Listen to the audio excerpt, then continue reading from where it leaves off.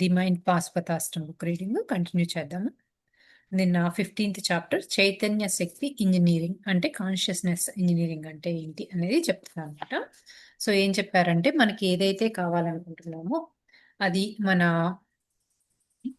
ఇన్నర్కి తెలియచేసి ఆ feelings and ఎమోషన్స్తో చెప్పి ఆ దాన్ని మనకు మేనిఫెస్ట్ చేసుకోవడాన్ని కాన్షియస్ ఇంజనీరింగ్ అంటారని చెప్పారనమాట.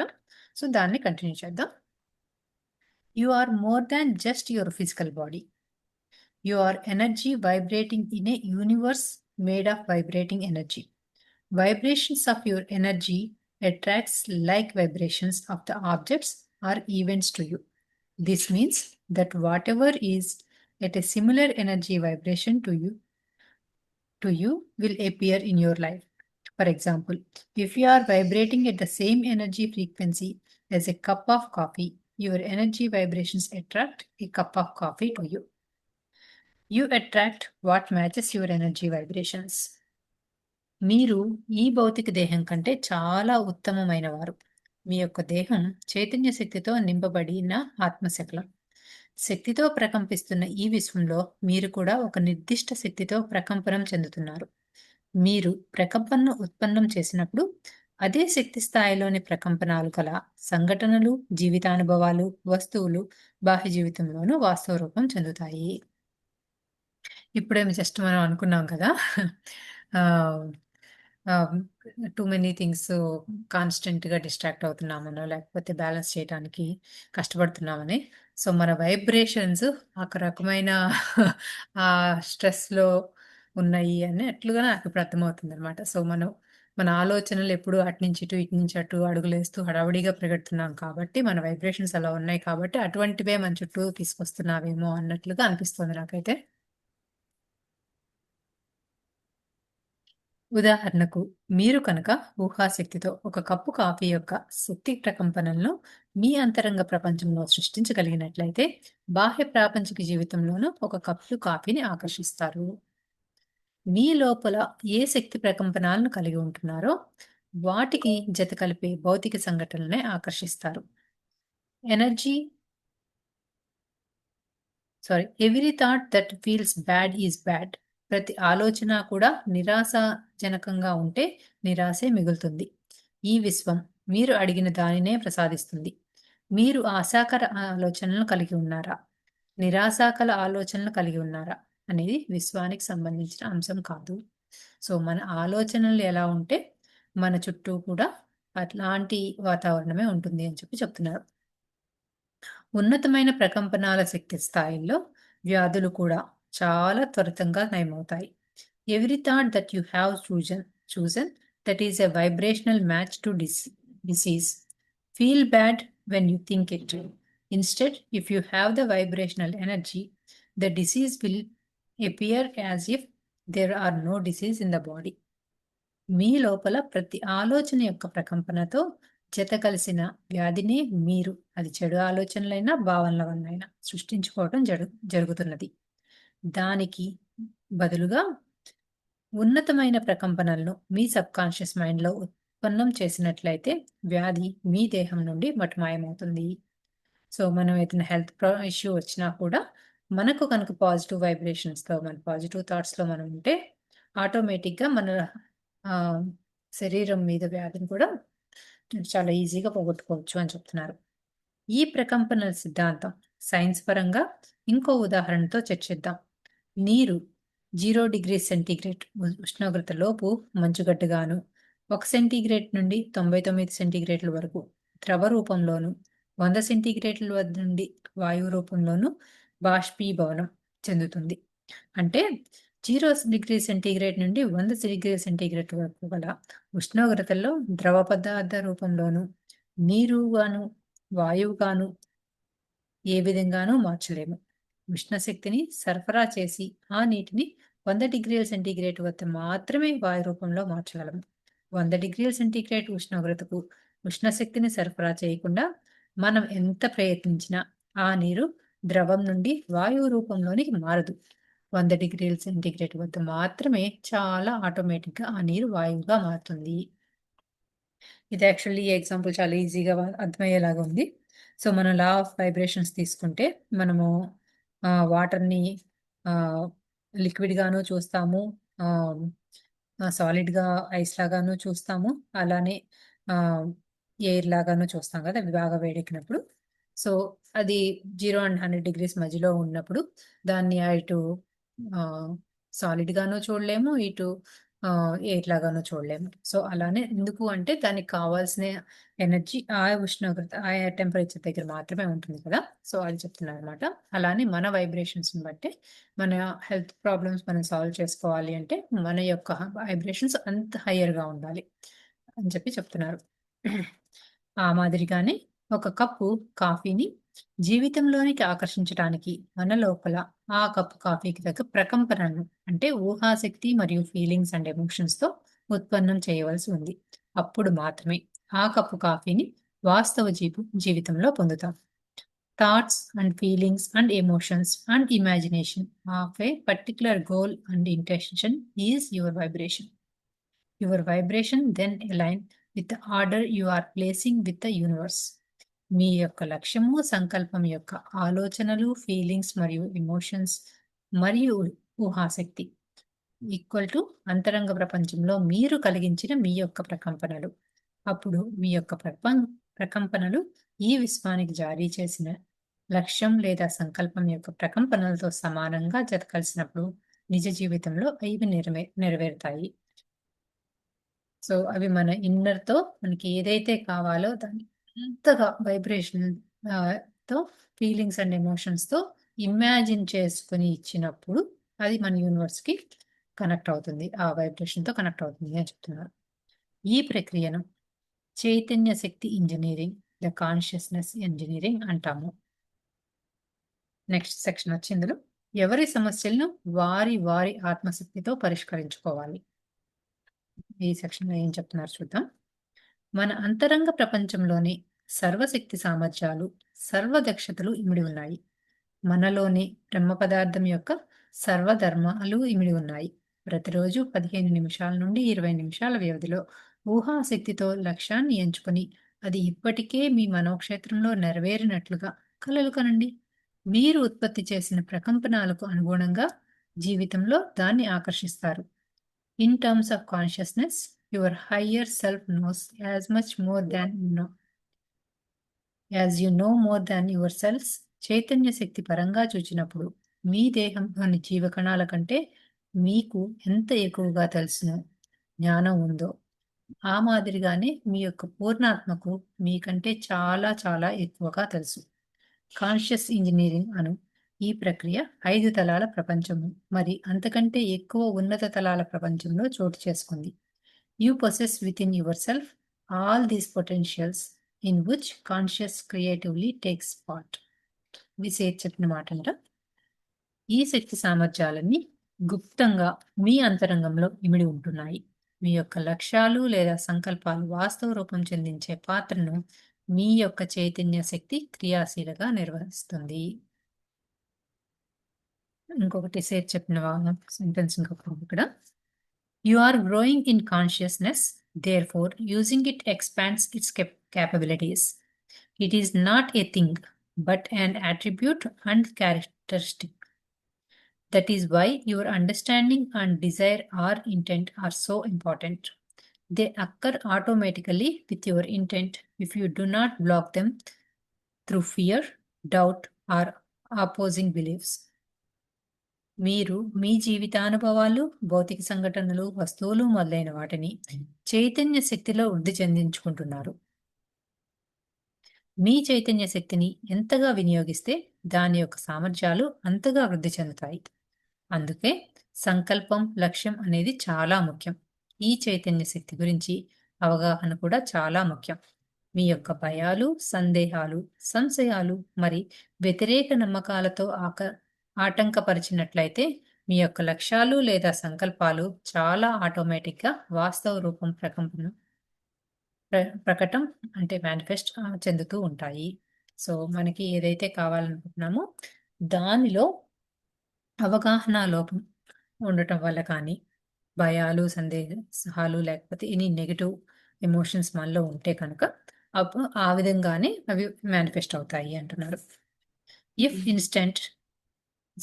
instead there is a physical event that you strongly desire, then use that energy to imagine its actual occurrence as vividly as you can. If you do this 10 minutes daily or once in a week, you will find the results more startling and effective. Your health is an extension of your creativity. So is your relationship with your mate, your boss, and the kinds of events which you are uniquely familiar. So ఇది మనకి మామూలుగా అనుకున్న ప్రతిదాన్ని cover చేస్తూ చెప్పారనమాట. Quantum physics గురించి మరికొంత సమాచారం. సో ఇక్కడ ఏం చెప్తున్నారు అంటే మనం 10 మినిట్స్ డైలీ మెడిటేషన్ చేస్తూ మనకి ఏదైతే కావాలి అనుకుంటున్నామో దాని మీద కనుక చాలా క్లారిటీ తీసుకొని వచ్చి అది మనకు ఆల్రెడీ జరిగిపోయినట్లుగా విజువలైజ్ చేసుకుంటూ ఎమోషన్స్ అండ్ ఫీలింగ్స్తో ఉంటే కనుక ఆటోమేటిక్గా అది మన రిలేషన్షిప్ అయినా సరే, హెల్త్ అయినా సరే, ఫైనాన్స్ అయినా సరే ఆటోమేటిక్గా ఆ ఈవెంట్స్ అన్ని మేనిఫెస్ట్ అవుతాయి అని. ఇక్కడ నెక్స్ట్ సెక్షన్ వచ్చి క్వాంటమ్ ఫిజిక్స్ గురించి చెప్తున్నారు. Consciousness is the unseen and as at unexplained source of all creation. It is the creating and sustaining for all that is seen and unseen, known and unknown, and the web of energy that connects it all. It is pure energy. You may call it God, the great mystery, or the divine power. Here we call it simply consciousness. ఈ సృష్టి అంతటికీ మూలాధారమైనది, అదృశ్యమైనది, అనిర్వచనమైనది అయిన ఈ శక్తిని చైతన్య శక్తి అంటారు. ఈ చైతన్య శక్తి దృశ్య రూపంలో తెలిసిన విషయంగాను, మరి అదృశ్య రూపంలో అవిదితంగాను ఈ విశ్వమంతా వ్యాపించి ఉంది. ఈ చైతన్య శక్తి విశ్వంలోని సకల చరాచర సృష్టిని అనుసంధానపరుస్తున్నదిగా ఉంటూ అన్నింటిలోనూ అల్లుకుపోయి ఉంది. ఇది పరిశుద్ధమైన శక్తి. దీనిని దైవం అని, మహా నిగూఢం అని, దివ్యశక్తి అని ఏ పేరుతో పిలుచుకున్నా పర్వాలేదు. కానీ దానిని సరళంగా మామూలుగా చైతన్య శక్తి అని పిలుస్తుంది. కాలం, ఆవరణ, టైమ్ అండ్ స్పేస్ అనే 3 తలాల ప్రపంచానికి, మరి ఉన్నత తలాల ప్రపంచానికి అంటే 5th డైమెన్షన్ వరల్డ్కి, మరి ఉన్నత తలాల ప్రపంచాల్లో హయ్యర్ డైమెన్షన్ వరల్డ్స్లో మీ యొక్క లక్ష్యము లేదా సంకల్పం అనేది సృష్టించబడుతుంది. ఆ తర్వాతనే ఈ భౌతిక జీవితంలోనికి సంఘటనలుగా, వస్తువులుగా వాస్తవ రూపం చెందుతుంది. అయితే మీ యొక్క లక్ష్యము లేదా సంకల్పానికి అనుగుణంగా మీ అంతరంగంలో సృష్టించబడుటకు అయిన కారణం ఏమిటి? చైతన్య శక్తి మరొక స్థితికి రూపాంతరం చెంది విద్యుదయస్కాంత తరంగాలు అంటే ఎలక్ట్రోమాగ్నెటిక్ వేవ్స్గా మారతాయి. మీ యొక్క లక్ష్యము లేదా సంకల్పం అనేది ఊహాశక్తి మరియు ఫీలింగ్స్ మరియు ఎమోషన్స్ వలన విద్యుదయస్కాంత తరంగాలుగా మారే ఈ ప్రక్రియను 5 తలాల ప్రపంచం ఆ పైన ఉన్న ఉన్నత తలాల్లో చోటు చేసుకుంటుంది. ఈ ప్రక్రియ మన మానవ తర్కానికి, విశ్లేషణకు అందదు. సో మనకి ఏవైతే ఆలోచనలు ఉన్నాయో, మన ఆలోచనలు మనకి ఏదైతే సంకల్పం పెట్టుకుంటున్నామో, లేకపోతే ఎటువంటి ఆలోచన అయినా ఉన్నా కూడా అది మన ఎలక్ట్రోమాగ్నెటిక్ వేవ్స్ ద్వారా మన యూనివర్స్ కనెక్ట్ అయిన తర్వాత ఫస్ట్ 5th డైమెన్షనల్ ప్లేన్లో అది ఫస్ట్ అక్కడ జరిగి ఆ తర్వాత ఇక్కడికి 3rd డైమెన్షనల్ ప్లేన్ అనే భూమి మీదకి మేనిఫెస్ట్ అవుతుంది అని చెప్తున్నారు. క్వాంటమ్ ఫిజిక్స్ ప్రకారం మౌలికంగా ఈ విశ్వంలోని అన్ని వస్తువులు ప్రకంపిస్తున్న శక్తి తరంగాలే. ఇక్కడ మనకు కనిపిస్తున్న సౌర వ్యవస్థ, గ్రహాలు, ఉపగ్రహాలు, పర్వతాలు, లోయలు, నదులు, రాళ్ళు, చెట్లు, మనుషులు, సంస్థలు, పరిశ్రమలు అన్నీ సమస్తము ప్రకంపిస్తున్న శక్తి తరంగాలే అంటే వైబ్రేటింగ్ ఎనర్జీ వేవ్స్. సో మనం ఈ ప్రతి చూస్తున్న వస్తువు కూడా ఈ వైబ్రేటింగ్ ఎనర్జీ అనే చెప్తున్నారు అనమాట. The quantum field is the energetic field of potential and possibility. Quantum field may be related to consciousness. Max Planck said, "There is no matter as such.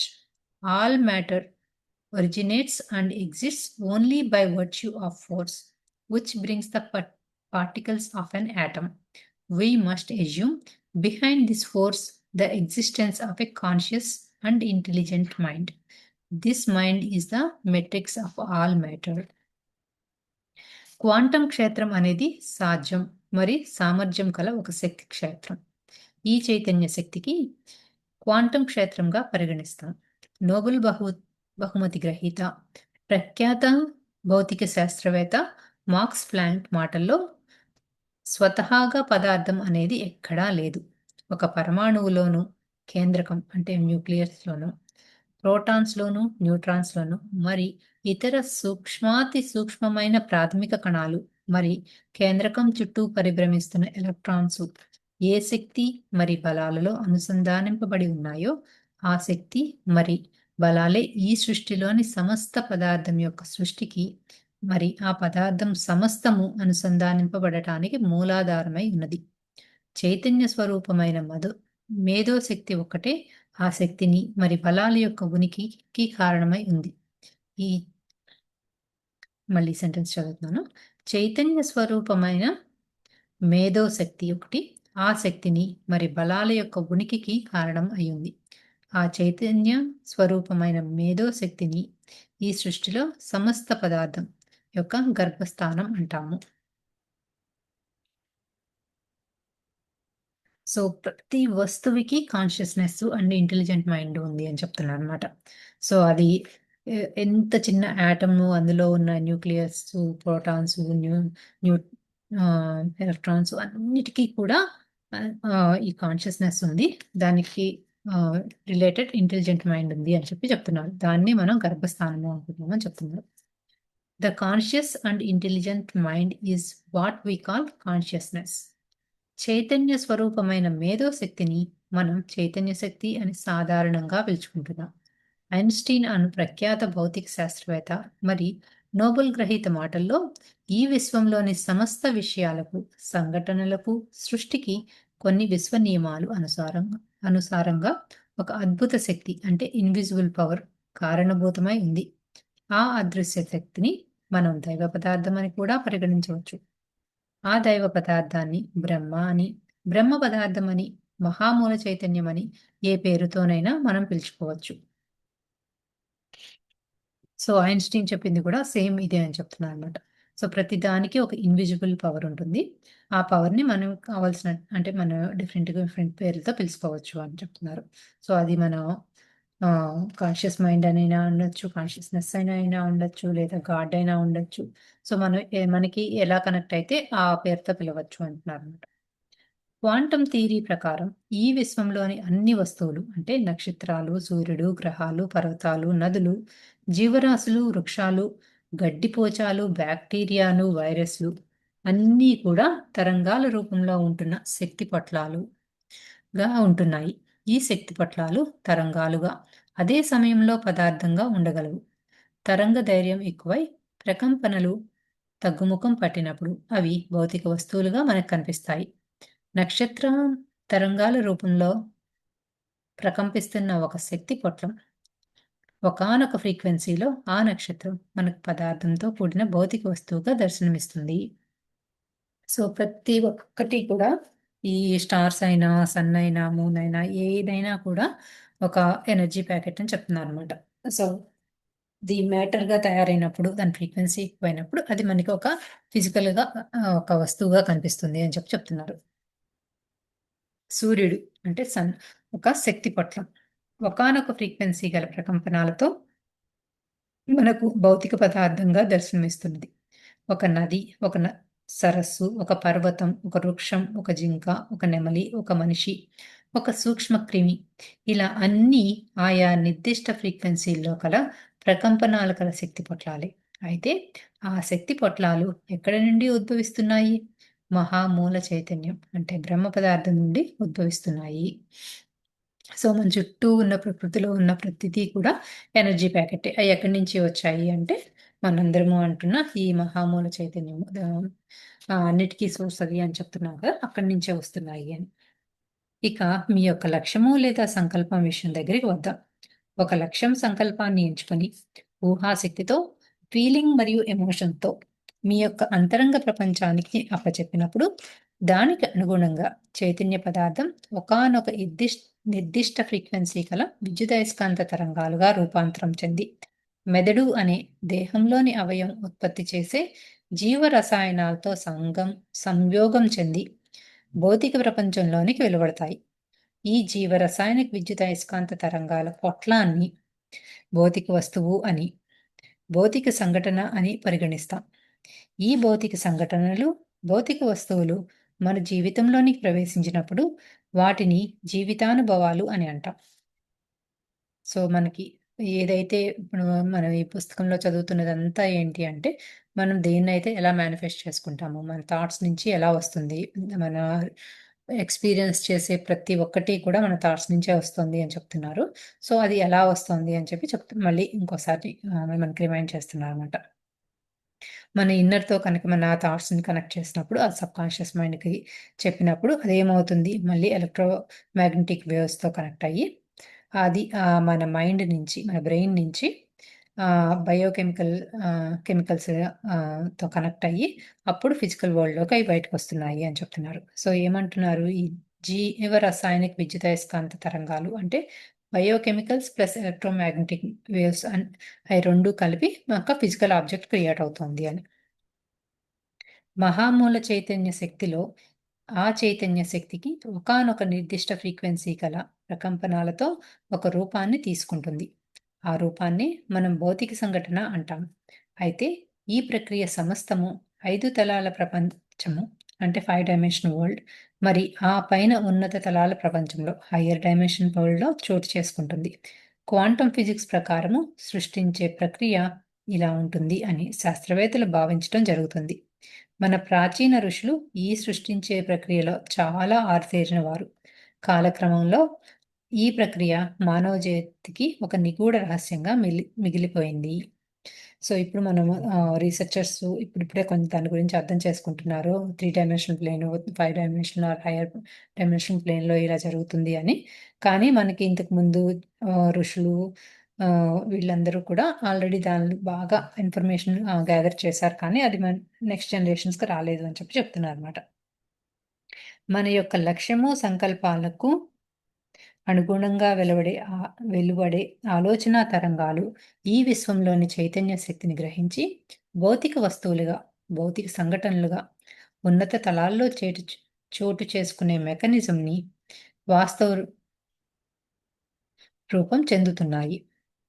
The mechanism that takes place in the higher dimension దాన్ని so, మనం ఇందాక అనుకున్నట్లే మన కాన్షియస్‌నెస్‌తో మనం హ్మ్, ఏ ఆహ్, ఏదైతే మన థాట్స్‌లో ఉన్న వేవ్స్‌తో అవి మేనిఫెస్ట్ అవుతున్నాయి అని చెప్పి చెప్తున్నారన్నమాట. ఈ మెకానిజంలో మన ప్రాచీన ఋషులు ఆరితేరినవారు. అయితే ఇప్పుడు అది మరుగున పడిపోయింది. దానిని రహస్యంగా ఇప్పుడు అనుకుంటున్నాం. Consider that the possibilities of life are random and limitless. Pure potential until you choose one. Your choice may be conscious or unconscious, depending on your level of self-awareness. మీరు ఎంపిక చేసుకోనంత వరకు జీవితంలో సాధ్యాలన్నీ చెల్లాచెదురుగా, పరిమితులతో కూడుకున్నట్లుగా ఉంటాయి. శుద్ధమైన సామర్థ్యంతో ఉంటాయి. మీ ఎంపిక అనేది మీ యొక్క స్వయం ఎరుక యొక్క స్థితిపై ఆధారపడి ఉంటుంది.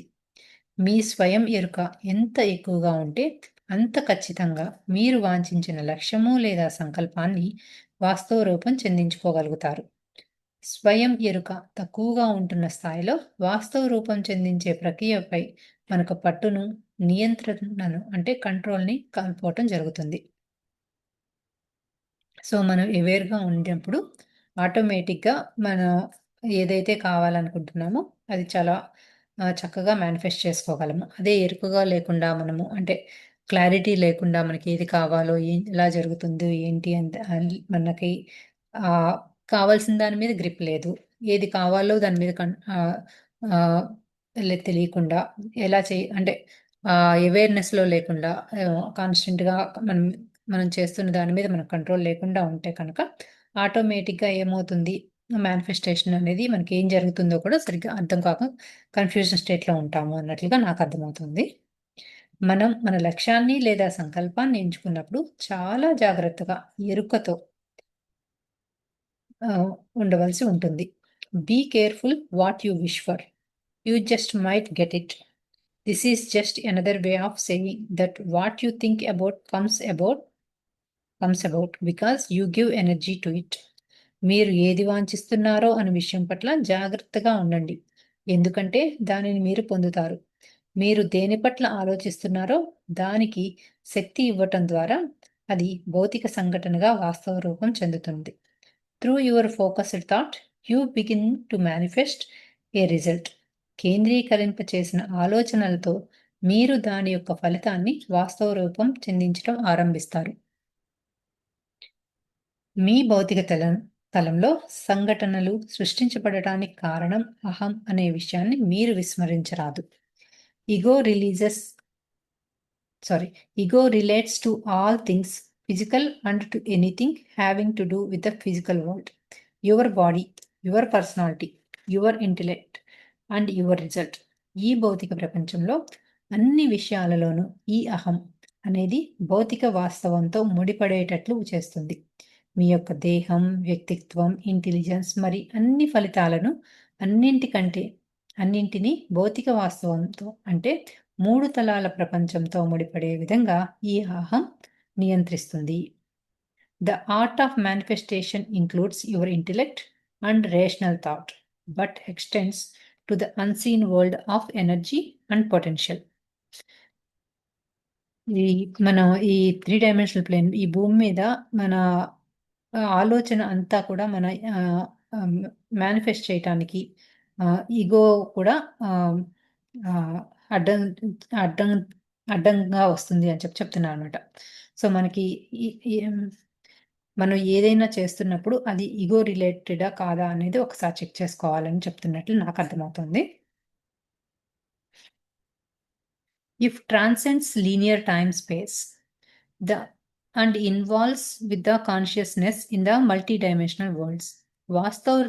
వాస్తవ రూపం చెందించే కళ అనేది మీ యొక్క తెలివిని మరి హేతుబద్ధమైన ఆలోచనలను చేర్చుకుని అదృశ్య రూపంలో ప్రపంచంలోనికి చొచ్చుకొని ఉంటుంది.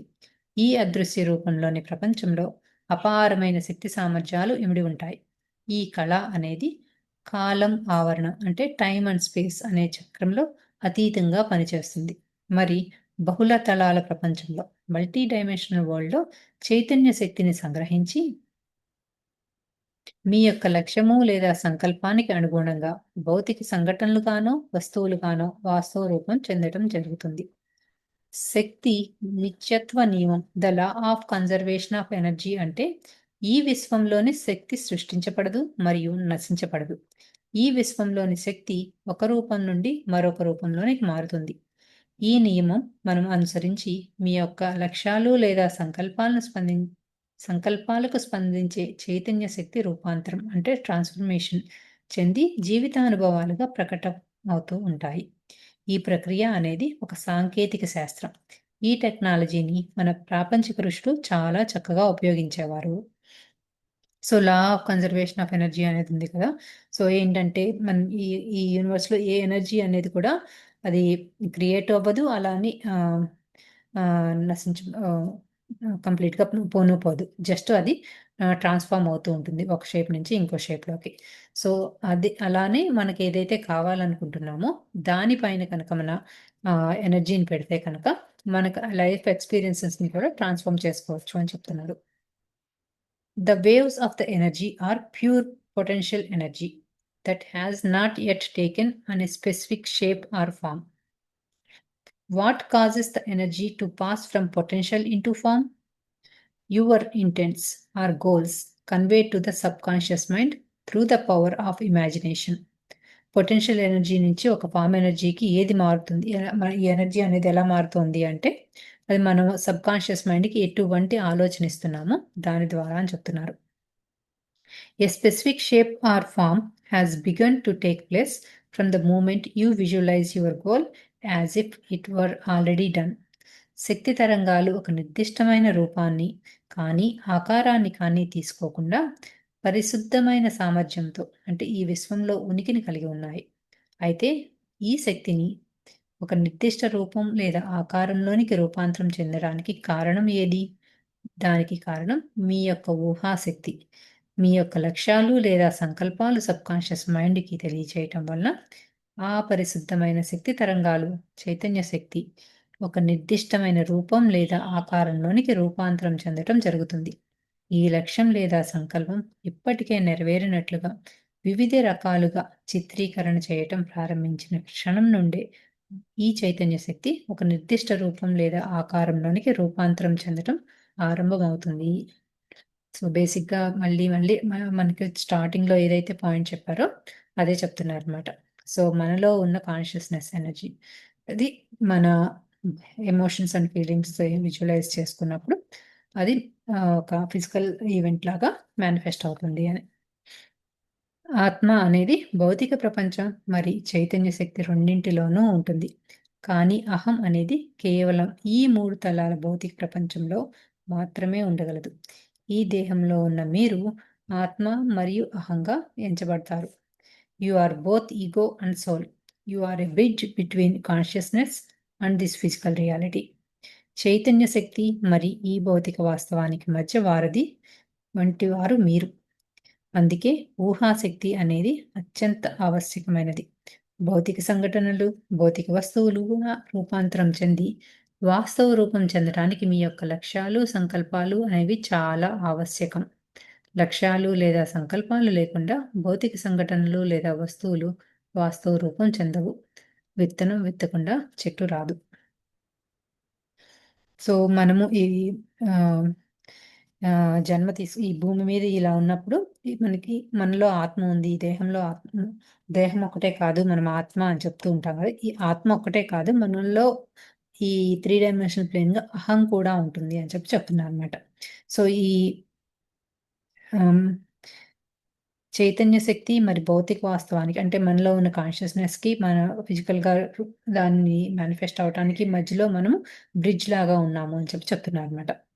ఈ బ్రిడ్జ్ లాగా ఉన్నప్పుడు ఎందుకు అంటే మన ఇమాజినేషన్ ఆ బ్రిడ్జ్‌కి హెల్ప్ చేస్తుంది. అంటే మన కాన్షియస్‌నెస్‌లో ఏదైతే అనుకున్నామో అది రియాలిటీలోకి మేనిఫెస్ట్ అవ్వటం కోసం మన ఇమాజినేషన్ హెల్ప్ అవుతుంది అని చెప్తున్నారు. ఇక్కడ ఒక చిన్న ఎక్సర్‌సైజ్ ఇచ్చారు. దీంతో ఈ చాప్టర్ అయిపోతుంది. ఈ ఎక్సర్‌సైజ్ చూద్దాం.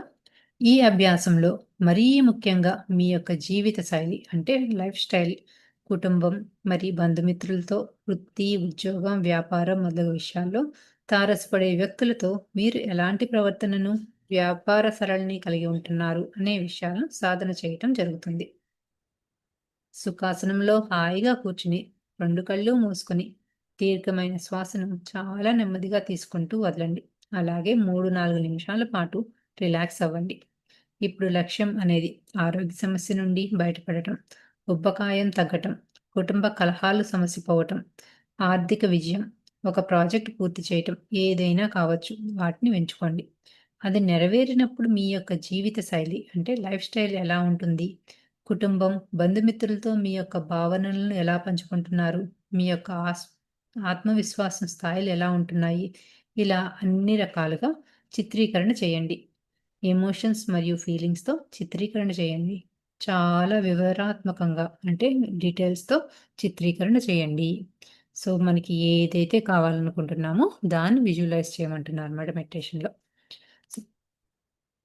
10-15 నిమిషాల పాటు ఈ అభ్యాసాన్ని సాధన చేయండి. ఇంట్లో, ఆఫీసులో, బంధుమిత్రులతో ఎలా వ్యవహరిస్తున్నారు? ఎలాంటి బట్టలు ధరించి ఉన్నారు? అన్ని వివరాలతో చిత్రీకరణ చేయండి. Value your self. మిమ్మల్ని మీరు విలువ ఇవ్వటం నేర్చుకోండి.